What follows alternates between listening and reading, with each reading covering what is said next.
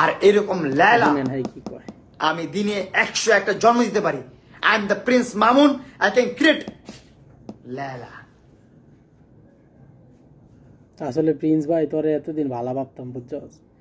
তোরলাম Prince মামুনের যাই বানাইছে, হ্যাঁ রে তুই কস ডেইলি 100টা তৈরি করতে পারবি। এখন তো আমার সন্দেহ হইতেছে তোর বাপ মারে লইয়া।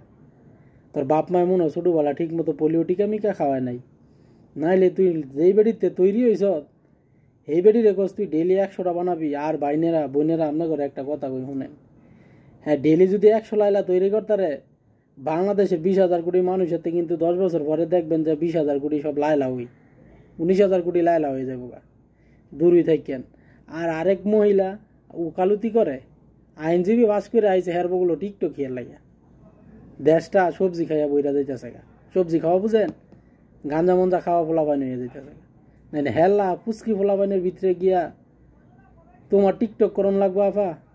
আই রে প্রিন্স মামুন তুই আসলে একটা মানুষ, তোর টুনটুনির জানি কি আছে আল্লাহ জানে রে, তোরে বাসা করলে।